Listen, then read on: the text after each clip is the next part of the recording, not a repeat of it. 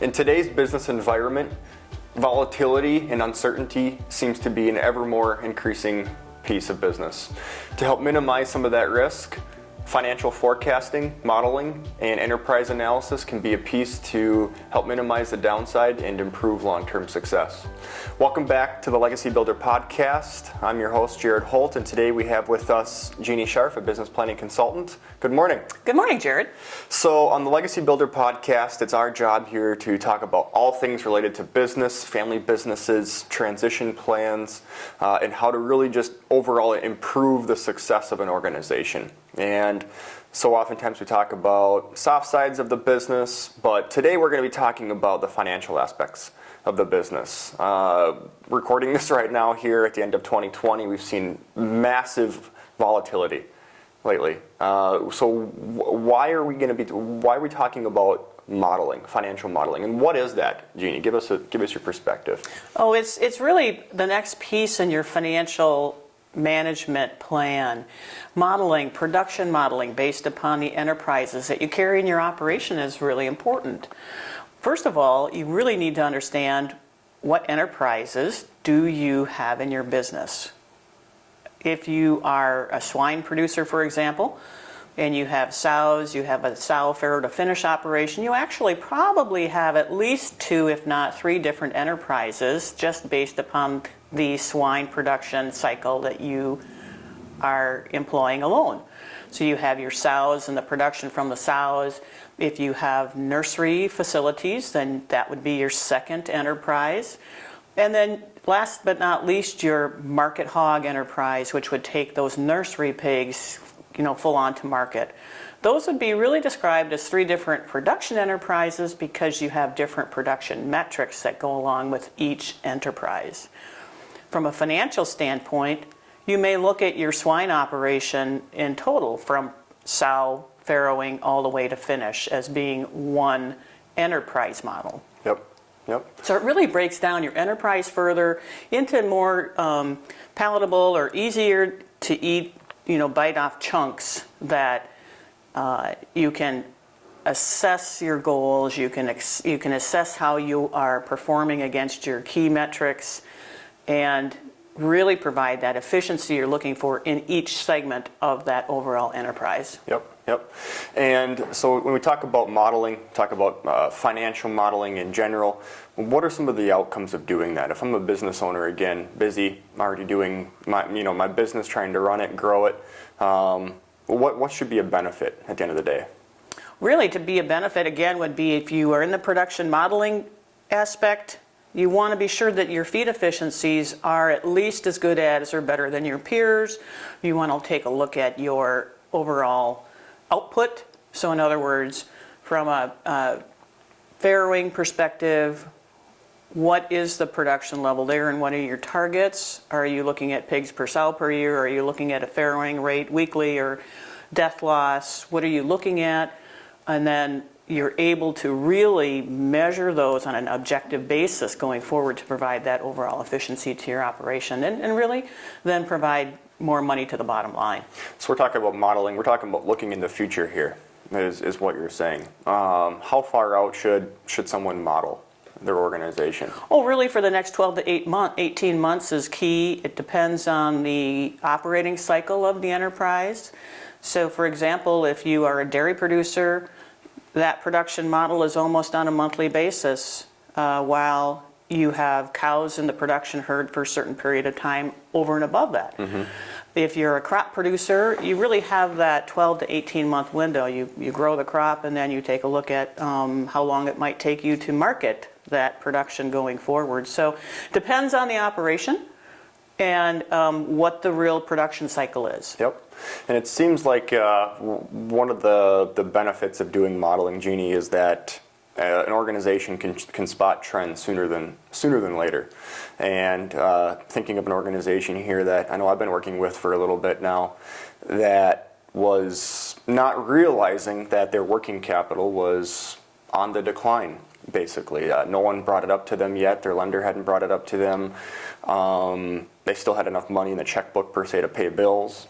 And by actually looking at it and modeling it out, they realized that without any changes, that they were trending towards having a problem in the coming years, unless there were massive price changes in the product they were selling or something like that, which they realized was going to be probably unlikely.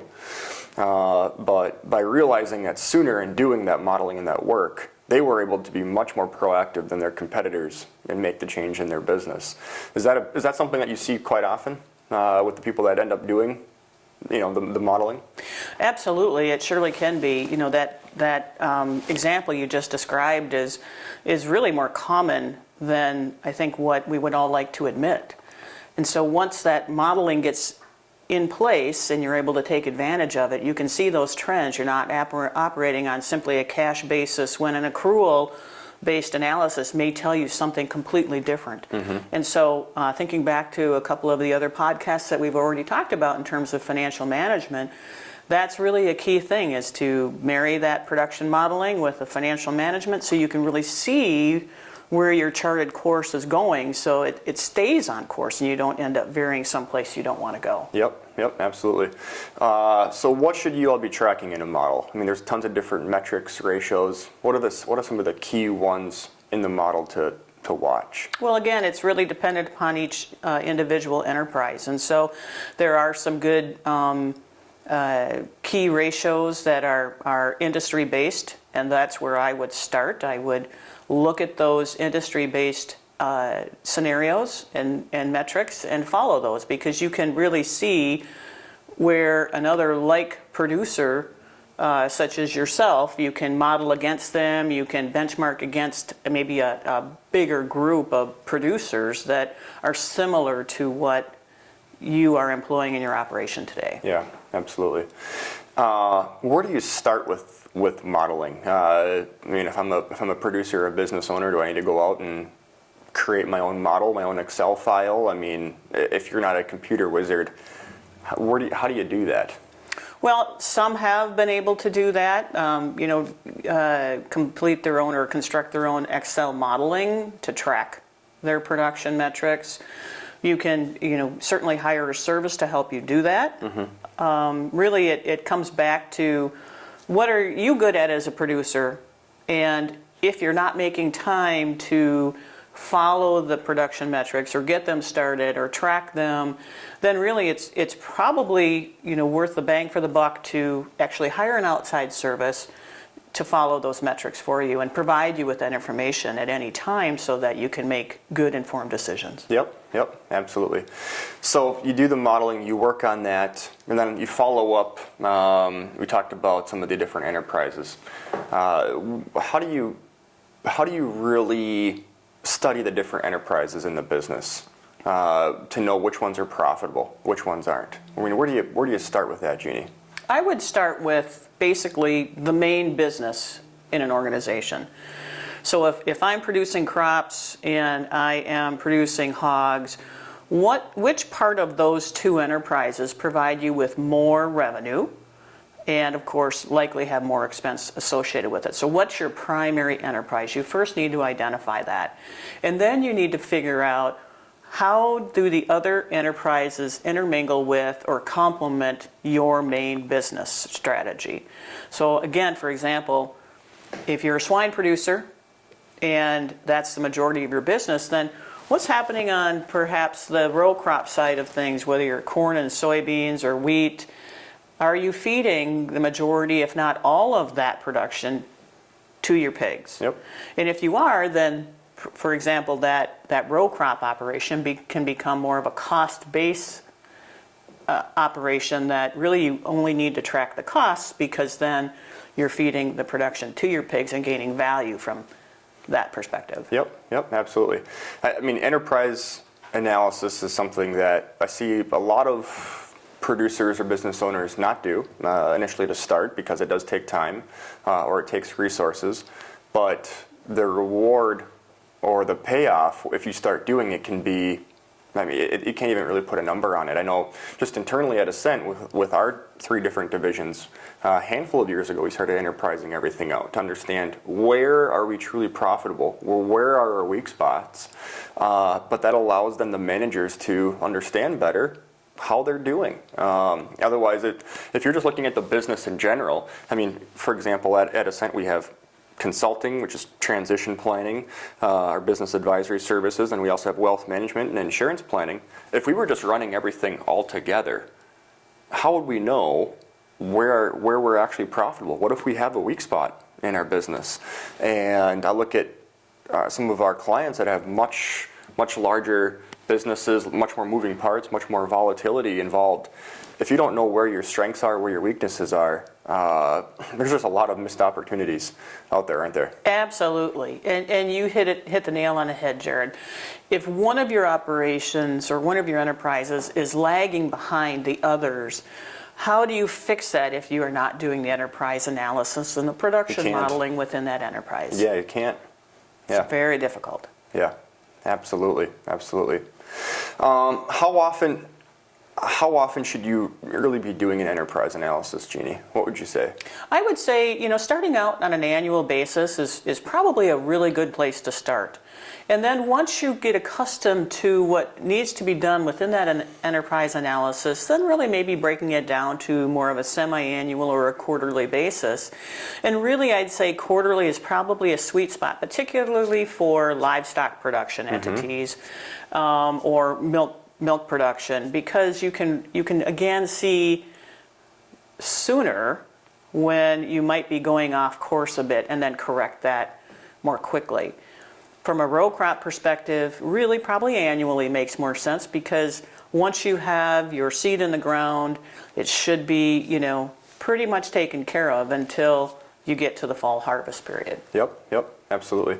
And tying that back in, to the modeling as well. And I realize we're talking about kind of two different things, but they go hand in hand, because you got the enterprising that you do. Oftentimes, people often will think of enterprise analysis of doing that after the fact to look at how the business performed. But we're also talking at times here about modeling and forecasting.